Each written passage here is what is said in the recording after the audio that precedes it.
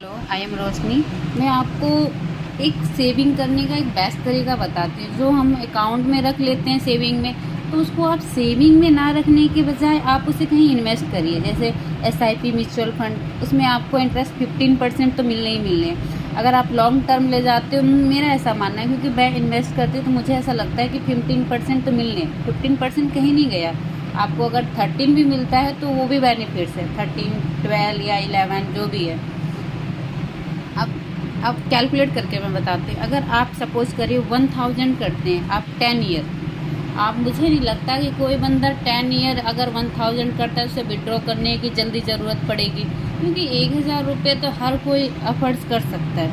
मेरा मानना है आज के टाइम में 1000 तो कोई भी अफोर्ड्स करता है, क्योंकि 1000 तो पार्टी सार्टी, घूमना फिरना, ये चुटकियों में निकल जाते हैं पैसे।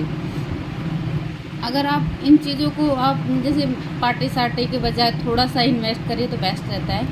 अगर आप 1000 10 साल करते, अगर मैं इसको जहाँ पे मैंने अगर 13 भी मान लिया, 13% ही मान लिया चलो, तो आप देखिए ना 1,20,000 रुपये कर रहे हैं जमा, 130 मतलब 1,33,000 रुपये आपका इंटरेस्ट गेन हुआ है। टोटल मिला के आपको 254 की मिल रही है, सिर्फ ओनली 1,000 रुपये। मतलब 1000 में आपको ये देखिए 253 मिल रहा है। तो बेस्ट तरीका लगता है मुझे, ऐसा लगता है, मेरा मानना है कि हम सेविंग में रखते हैं। मैंने भी काफ़ी बीच में, मैं जब मुझे इन चीज़ों की नॉलेज नहीं थी तो मैंने भी सेविंग में ही रखा, एफडी करवाती थी। मुझे इन चीज़ों का पता ही नहीं था। जब मैंने इन चीज़ों में देखा, जब मैंने इन्वेस्ट किया, तो मुझे ऐसा लगा कि यार उन चीज़ों से बेस्ट है ये सेविंग। अरे एसआईपी, म्यूचुअल फंड कर लो, आप किसी भी बैंक में कर लो। अब अगर ये आप सपोज करें, अब अगर आप फर्स्ट कर सकते हैं 5000, सपोज करिए 5000 अगर आप मंथली आप कर सकते हैं और 10 ईयर,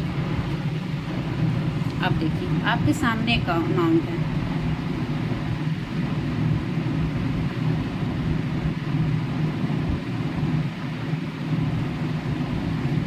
अगर आप इसको 10 ईयर को करके आप 20 ईयर कर लीजिए,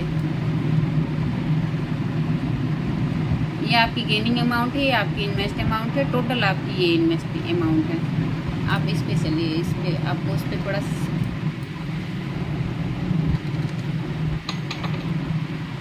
आपको पूरा टोटल अमाउंट दिख जाएगा। अगर आपने 12 लाख रुपए किए हैं तो आपको देखिए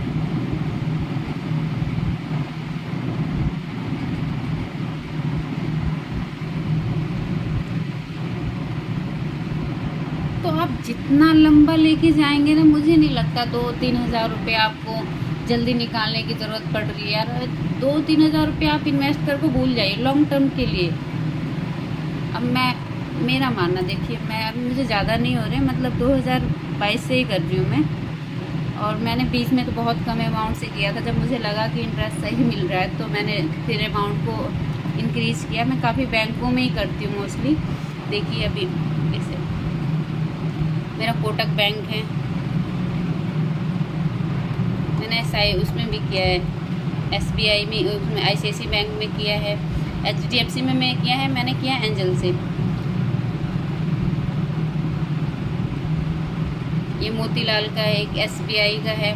तो मैं मोस्टली बैंक में, आप बैंक में सेविंग करने के बजाय आप बैंक के म्यूचुअल फंड में एसआईपी में कीजिए, वो बेस्ट रहता है। अब देखिए मैंने जो इन्वेस्ट किया उस पर 30% आ रहा है, मतलब 1,06,000 रुपये मैंने इन्वेस्ट किया है, जिसमें से मुझे 139 मतलब 1,39,415 की अमाउंट गेनिंग हुई है। मतलब गेनिंग मतलब प्लस करके, दोनों प्लस है, इन्वेस्टमेंट और जो गेन हुआ है। अब यहाँ पे ऊपर वैल्यू आ जा रही है। मैंने 1,06,000 रुपये 994 रुपये किया है, 1,39,415 है, और जिसमें 32,420 रुपये गेन हुए हैं। तो अगर आप इसका 30% करेंगे तो ये वैल्यू आ जाएगी आपके पास। तो मेरा मानना है कि कई बार हमारी फैमिली है, मम्मी पापा को कहते हैं, मम्मी पापा ऐसा लगता है जैसे कि यार ये मार्केट की चीज़ है, हमारा जैसे मतलब कहीं मार्केट गिरेगा नहीं, तो ऐसा नहीं है, हर बार नहीं गिरता है इन चीज़ों की मार्केट, या शेयर मार्केट पूरी गिरी जानी है, या ऐसा कुछ नहीं है। लॉन्ग टर्म में आपको बेनिफिट मिलना ही मिलना है। तो मेरा मानना है जो सेविंग में रखते हैं 2-3 हज़ार जो भी है, तो आप मैं ये नहीं कहती कि सारी इसी में लगा दो, तो सेविंग में भी रखो, बट आपको लगता है कि कुछ आपको एक्स्ट्रा इनकम है, जैसे ये अब मैं कहीं रख के भूल जाना या उसको सेविंग करना कभी काम आए, आप इससे आप एक प्लानिंग भी कर सकते हो। किसी बच्चों की मैरिज करना है, बच्चों की स्टडी करना है, बेस्ट प्लान है ये। जैसे आपको चाहिए कि 5 साल बाद मुझे इतना पैसा चाहिए, घर बनाना है, तो ये बेस्ट तरीका मुझे लगता है कि आप एक अमाउंट फिक्स करिए कि मुझे 5 साल में इतना पैसा चाहिए, उस हिसाब से आप इन्वेस्ट करिए SIP में। क्योंकि हर किसी का ड्रीम होता है, कोई ना कुछ गोल होता है कि मुझे घर बनाना है, बेटी की शादी करना है, या मुझे बिजनेस करना है, तो उसके लिए सडनली पैसा तो आएगा नहीं, तो आपको थोड़ा सा पेशेंस रखना पड़ेगा, चीज़ों को इन्वेस्ट करनी पड़ेगी। आप PPF में भी आपको कंपाउंडिंग इंटरेस्ट मिलता है 7.1, वो भी बेस्ट तरीका है, बट उसमें है आपका मतलब 15 साल तक लॉक हो जाता है। आप 15 साल के बाद ही मतलब आप विड्रॉ कर सकते हो उस अमाउंट को।